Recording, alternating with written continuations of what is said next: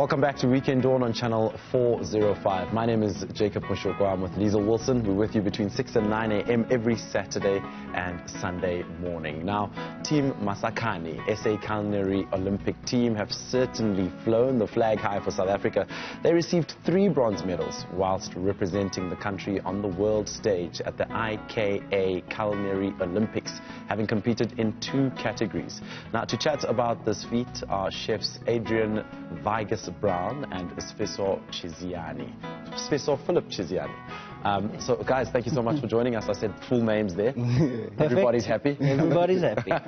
Thank you so much for joining us, guys. I really appreciate it. Only a pleasure. Now, I need to know a little more about this culinary experience that you guys did representing our country. What's this about?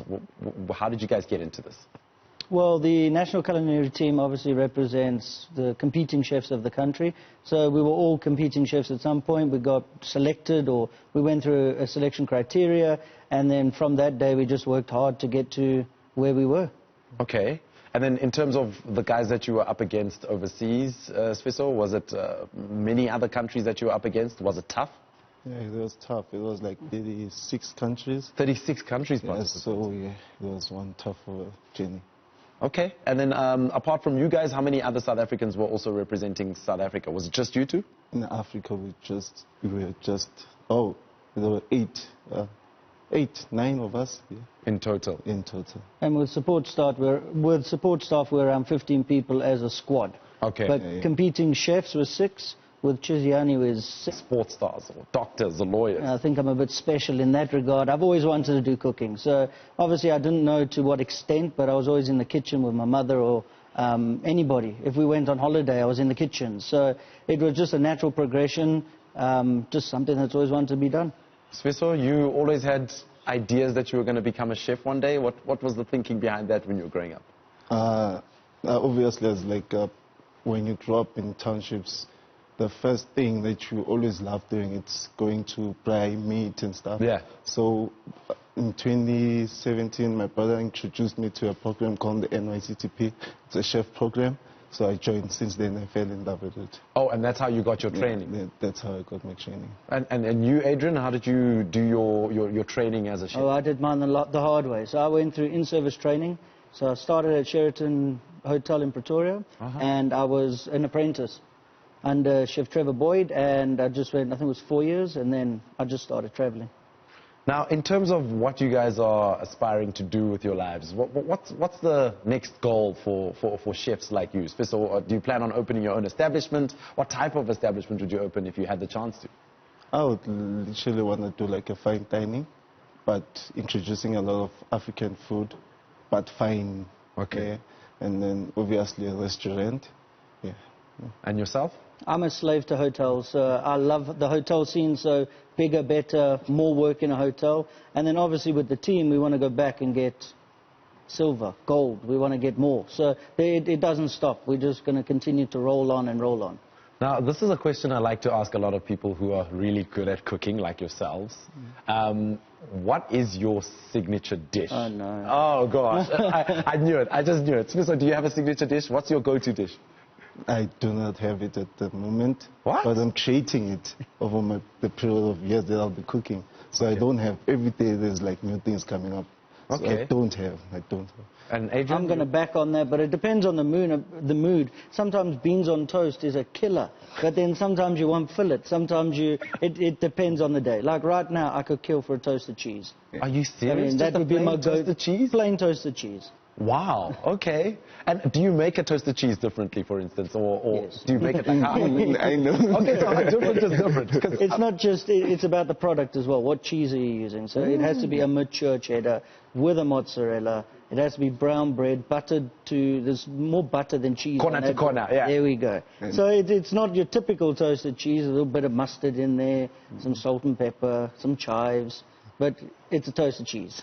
I'm a little disappointed that you guys didn't actually bring the food. Now I want to ask more now about this, when you guys were representing us overseas. What was the dish? Do they give you a dish to cook, and then you sort of cook it in front of a bunch of judges, and then they taste it? How does it actually work? Basically, they gave us criteria about a year before we went. So they give you mandatory ingredients. So there's 2 competition phases. There's Restaurant of Nations and Chef's Table.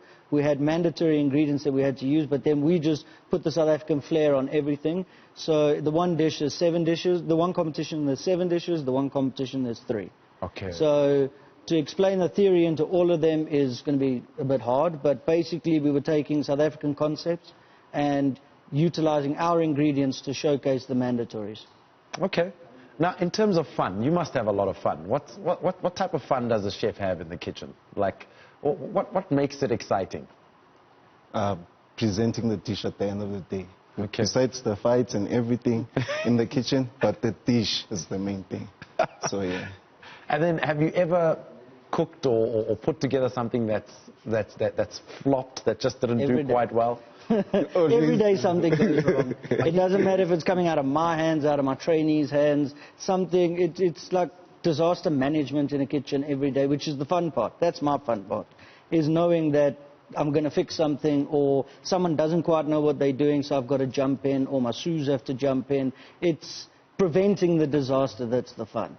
Okay. I mean, we're feeding a multitude of people that all have varying taste buds and likes and dislikes, and to feed 20 people and not one plate comes back with a complaint, you take that as a good day. And then now move on to 200 people in a day, and you get one plate that comes back. It's good. We had a good day today. Okay, all right. I see the balance. Yeah. Now, in terms of your favorite dining out restaurants, Viso, is there a specific restaurant that you go to? Are you very critical of eating at a restaurant now that you're obviously so experienced in the kitchen yourself?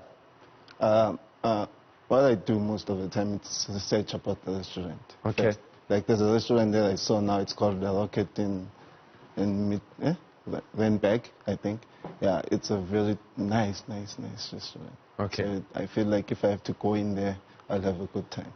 All right. Do you find that it is difficult to, like, go to a place and then, like, critique the food, or do you find that it's easy to just eat and not say anything? It depends. Am I going there to critique or just to eat? So if I'm going out, let's say we're going for lunch, I'm not going with a critique hat on. I'm going to eat. I can still walk into a McDonald's and eat a cheeseburger. It's depending on, have I been asked to go there to test the food, or am I going in there just to have a good time? At the back of our minds, you'll always say, oh, I could have done this, I could have done that. But you don't vocalize it or display it, because that would just, you'd never have fun. You'd never eat good food. There we go. And how often, Sviso, do you get a chance to cook at home and just do something nice for your family? And does your family enjoy your food? Yeah, they do so much, especially on Sundays, because they're all not at home. They go to church, come back late, they find the food done, ready. Yeah, like today, if I go. So when you head out here, you're going to go cook a Sunday lunch for the family? Yeah. And Adrian, you get a chance to cook for your family a lot? And my family would have me cook more. The amount of time I'm spending at home is it's less than what it used to be, but any chance I get, I'll cook. So at home, if I cook, I think my parents and my family are the biggest critique sometimes, but that's good. You can't feed everybody all the time, but cooking at home is different. You're doing it in a completely different setting. You love, and I know I use way more dishes because I know I'm not washing. So okay. You cook, you don't wash. That's it. That's the rules in any house for sure. I know that with my siblings, without a doubt. Now, tell me something, guys. I know this is a very odd question. So you're finding out that this is your last few hours and you're about to have your last supper. What would the supper be? Adrian, you first. Beef ribeye, medium rare, mashed potato, garlic sauce.